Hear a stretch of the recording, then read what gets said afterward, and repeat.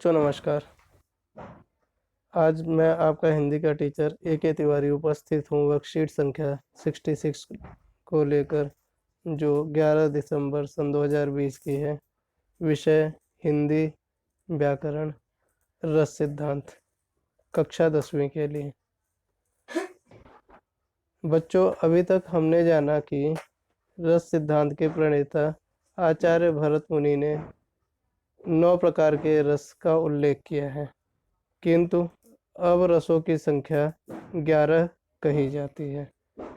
प्रत्येक रस का एक स्थायी भाव होता है, जिसकी सूची इस प्रकार दी गई है।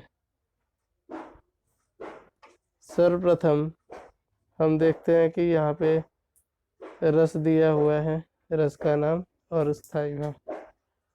तो पहला रस है श्रृंगार और इसका स्थायी भाव है रति।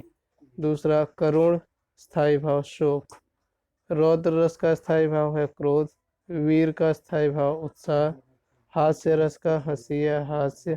शांत का शांत या निर्वेद। भयानक रस का भय। अद्भुत का विस्मय। विभत्स रस का जुगुप्सा या घृणा। वात्सल्य का ममता या स्नेह। और भक्ति का वैराग्य या अनुराग। आइए हम सबसे पहले श्रृंगार रस की चर्चा करते हैं। श्रृंगार रस, जहाँ नायक और नायिका की अथवा महिला और पुरुष के प्रेम पूर्वक चेष्टाओं क्रियाकलापों का वर्णन होता है, वहाँ श्रृंगार रस होता है। श्रृंगार रस का स्थायी भाव रति है। यह 2 प्रकार का होता है, संयोग श्रृंगार और वियोग श्रृंगार। इसका उदाहरण लेते हैं। राम को रूप निहारत जानकी, कंगन की नग की परछाई। याते वसै सुध भूल गई, कर टेक रही पल टारत नहीं। तो प्रस्तुत पंक्तियों में श्रृंगार रस का उदाहरण है। रस की कड़ी में दूसरा रस हम देखते हैं, करुण रस। इसमें किसी भी प्रकार के दुख से संबंधित अनुभूति से प्रेरित काव्य की रचना पढ़ने से करुण रस उत्पन्न होता है। करुण रस का स्थायी भाव शोक है। उदाहरण इसका लेते हैं। शोक विकल सब रोवहि रानी, रूपशील बल तेज बखानी। करहि विलाप अनेक प्रकारा, करहि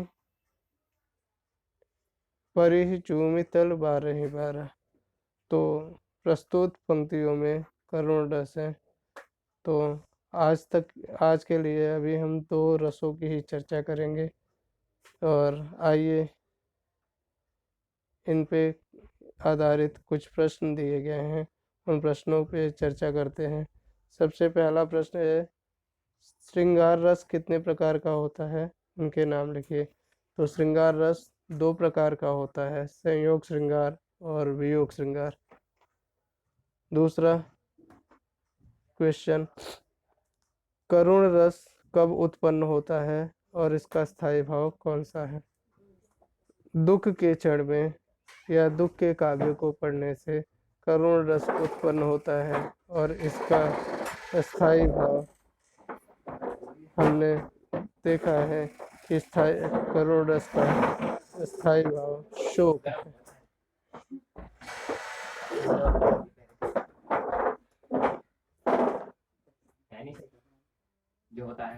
प्रश्न तीसरे पे चर्चा करते हैं। तो प्रश्न तीसरा है, यहाँ कुछ रस और उनके स्थायी भाव दिए गए हैं, इनको सुमेलित करना है।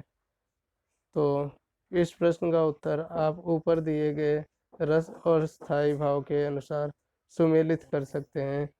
मैं एक उदाहरण आपको बता देता हूँ कि जैसे श्रृंगार रस का स्थायी भाव रति होता है, वैसे ही करुण का शोक होता है। बाकी आप सभी इसे अपने अनुसार क्रमबद्ध करके या सुमेलित करके लिखेंगे। उम्मीद करता हूँ कि यह वीडियो आपके लिए हेल्पफुल होगा।